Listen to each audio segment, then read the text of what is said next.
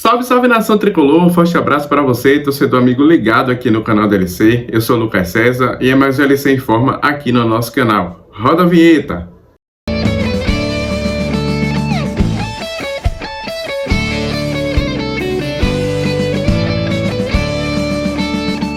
Então, nação tricolor, mais um LC Informa chegando aqui no nosso canal e aquele velho recado, né? Inscreva-se aqui no nosso canal, deixe o seu like para ajudar na divulgação do nosso projeto e ative o sino para não perder em primeira mão os nossos conteúdos, certo? Das nossas lives, inclusive tem pré-jogo hoje, só aqui fazendo a correção, que no LC Informa, no começo da manhã, eu havia falado que nosso pré-jogo é 18 horas, foi alterado para as 9h30 da noite, então eu conto com você para a gente debater e trazer informações desse jogo de amanhã contra o Atlético Mineiro, às 11 da manhã, no Mineirão, né, em Belo Horizonte, pela 19ª rodada do Campeonato Brasileiro da Série A. Bom, hoje eu trago aqui nesse LC Informa repercutindo a entrevista de Carlos Santoro, onde ele respondeu as perguntas dos sócios e ele não fugiu do tema, acabou o silêncio, tá? Acabou o silêncio, ele respondeu as perguntas dos sócios, falou de 3 assuntos, né, que o torcedor do Bahia queria saber. Primeiro, a questão da permanência do Renato Paiva, a questão da não contratação de um centroavante nessa janela de transferências, inclusive também, né, de jogadores que estavam à disposição no mercado, e também a chegada do Luciano Juba. Será que o Luciano Juba vem mesmo? Cadu Santoro disse e não fugiu do assunto e falou sobre tudo isso. Fala, Cadu! Fala, nação tricolor, sejam muito bem-vindos e muito bem-vindas a mais um conteúdo exclusivo aqui na TV Bahia. Eu sou Rafael Machado e estarei com vocês hoje aqui trazendo mais uma entrevista com o nosso diretor executivo de futebol, Carlos Santoro. Uma entrevista essa que teve a participação direta de vocês que estão aí nos assistindo. Inclusive, a gente queria aproveitar esse espaço para agradecer a você, sócio e sócia, que participou com essa entrevista que a gente recebeu em cerca de 24 horas mais de 1.500 questionamentos da torcida tricolor. Vocês que entraram lá no portal do sócio, mandaram suas perguntas. A gente pode ter certeza, lemos uma por uma. Por exemplo, a gente teve que dividir, porque mais de 1.500 perguntas em menos de 24 horas. Cada um da comunicação teve que se dividir para ler essas perguntas, para você ter o seu pleito atendido. E, logicamente, a gente não tinha como fazer uma por uma dessas perguntas aqui para o nosso diretor de futebol. Então a gente sintetizou as perguntas mais feitas, né, digamos assim, os temas mais abordados nessas perguntas da nação tricolor, dos sócios que participaram dessa entrevista, e a gente vai trazer aqui para o nosso diretor de futebol. Cadu, seja bem-vindo mais uma vez. Vamos para iniciar essa sabatina, podemos dizer assim, né? Boa tarde, Rafa. Prazer mais uma vez estar aqui. Acho que dessa vez uma maneira diferente e especial, onde a gente pode escutar o sócio torcedor, a pessoa que lota o estádio, que obviamente está sempre preocupado, querendo saber. Então, um prazer não só estar aqui, mas responder diretamente ao torcedor. E a gente começa com uma pergunta que foi feita pelos sócios Roberto Gouveia, Leandro de Almeida e Daniel Garrido, além de outros também, sobre a permanência do técnico Renato Paiva. Quais foram os parâmetros para se manter até hoje, a avaliação do trabalho? Por favor, Cadu. Vamos lá, Rafa. Então, primeiro, quando a gente fez a escolha pelo Renato em dezembro, para liderar esse ano zero do projeto, a gente entendeu ser um treinador que pudesse e que precisaria naturalmente entregar resultado no curto prazo, mas que a gente enxergasse perspectiva de crescimento, de desenvolvimento no médio e longo prazo. O trabalho do Renato, ele é avaliado, assim como o meu, diariamente, semanalmente, e parte dessa avaliação, ela tem que ser na semana de treino, no trabalho, entendendo numa semana que antecede um jogo, como é que vai ser a planificação, como são executadas e planejadas as sessões de treinamento, como é preparado um plano de jogo e apresentado aos atletas, o que isso reflete no jogo ou não. E acho que a gente, passado esse jogo do América Mineiro, onde a gente teve não só um bom resultado, mas uma boa performance, eu acho que a gente precisa continuar olhando como vai ser a evolução disso.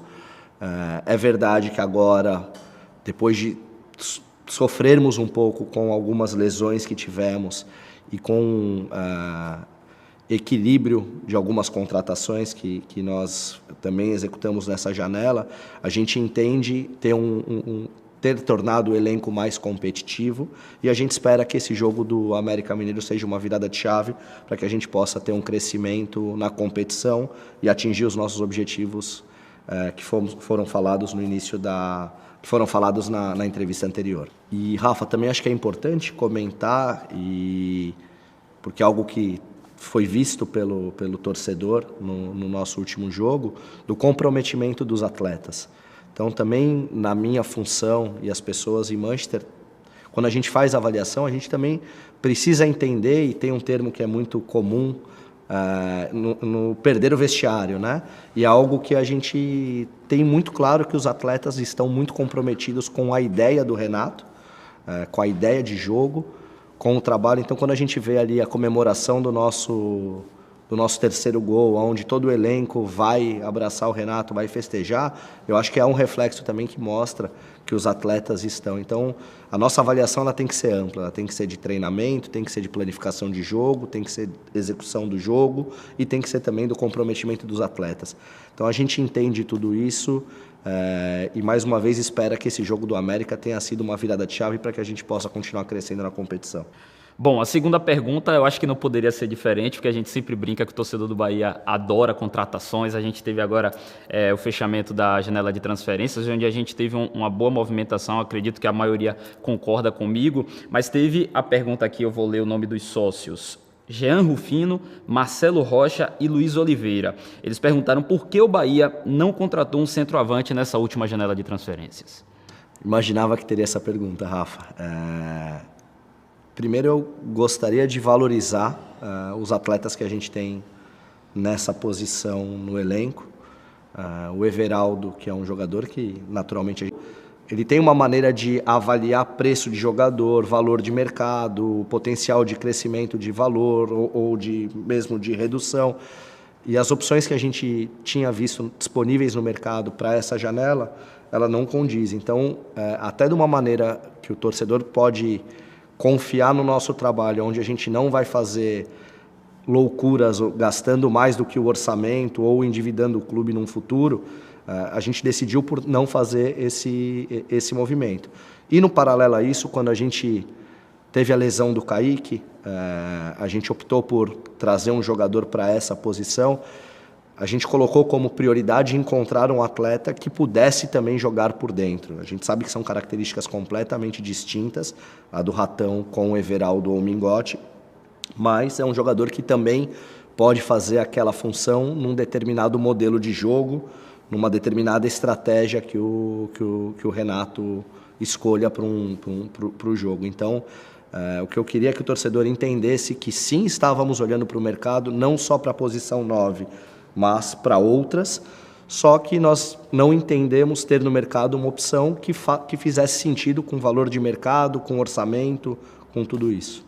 Bom, ainda nesse tema transferências, contratações, que a gente sabe que a galera gosta muito, a gente sabe que mesmo com o fechamento da janela de transferências clube-clube, ainda existe a possibilidade de contratação de atletas, como se diz, livres no mercado, atletas que não têm vínculo com nenhuma agremiação. Então aqui, lendo os nomes dos sócios, Maiara Daeb Soares, Jorge Antônio Gouveia Borges e Antônio Carlos Júnior, eles perguntam se há chance de trazer ainda atletas livres no mercado até o fim do prazo. Rafa, a gente entende que quando o mercado se fecha, os jogadores que ficam livres, existe uma limitação de opções no mercado. O que eu posso te falar é que a gente tem um departamento de scouting que no passado no Bahia, onde a gente tinha só uma pessoa, hoje a gente tem 5, com uma pessoa liderando, que é o Fabrício.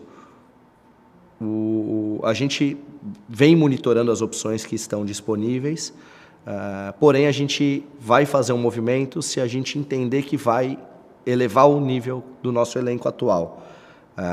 E aí também é importante o torcedor entender que não é porque o jogador está livre que não tem custo.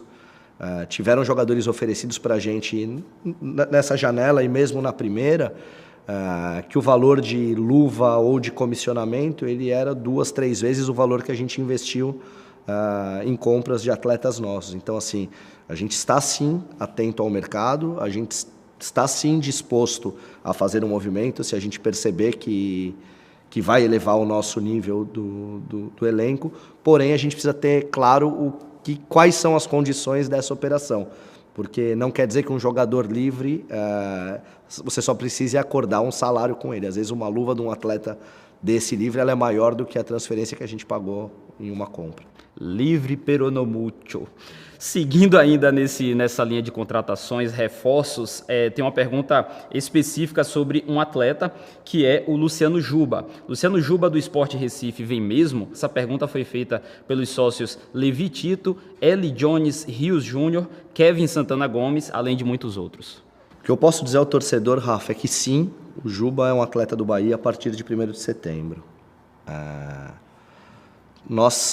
É verdade e foi dito pela imprensa que nós fizemos uma abordagem ao esporte no início da janela, um pouco antes do início da janela, porque a gente tinha total interesse em ter o Juba aqui a partir de 1º de julho. Fizemos uma oferta oficial. No paralelo a isso, nos últimos 15 dias da janela, por intermédio do agente do atleta, foi abordado o tema novamente, se a gente estaria disposto a retomar com a oferta. A gente já tinha fechado a operação do Ratão, que ela ocorreu também pela lesão do Kaique, por ter tido uma lesão grave. Então, no nosso entendimento, não fazia mais o menor sentido um investimento nos últimos 15 dias da janela, sendo que a gente já tinha perdido o atleta por 45 dias. E se a gente lembrar, lá em julho, a gente estava com Biel e Jacaré lesionados. Então, faria ainda mais sentido para a gente antecipar essa vinda. Bom, saindo um pouco desse tema de contratações de reforços, um questionamento... As palavras do Carlos Santoro, tá? O Luciano Juba é jogador do Bahia, tá? Pode ficar tranquilo. Dia 1º de setembro, Juba se torna oficialmente novo reforço do Esporte Clube Bahia, né? Para a sequência da temporada 2023 e as próximas que virão. E, claro, o Grupo City monitora, né, o trabalho do Renato Paiva, mas sabe que a importância do Renato Paiva para esse começo de temporada, né, começo de trabalho, melhor dizendo, ano zero, como o próprio Cadu fala, e fala de uma coisa importante, que nem todo jogador que está livre no mercado é interessante para o Bahia no ponto de vista de potencial de mercado, salário, comissão, né, e também existe uma responsabilidade, gente, apesar do Bahia ter todo o aparato financeiro do City, existe uma visão de futuro, ou seja, o Grupo City quer deixar o Bahia na melhor situação possível e, mais ainda, sem dívidas. Ou seja, torcedor, por mais que um jogador esteja à disposição no mercado, não quer dizer que ele esteja disponível para ser contratado e que, de fato, seja benéfico para o Bahia. Não.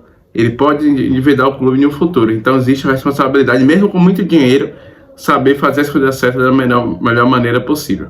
Então, galera, mais LC Informa aqui no canal. Gostou? Inscreva-se, deixa o like e ativa o sino. O canal da LC é a voz da nação tricolor aqui no YouTube. Meu nome é Fui!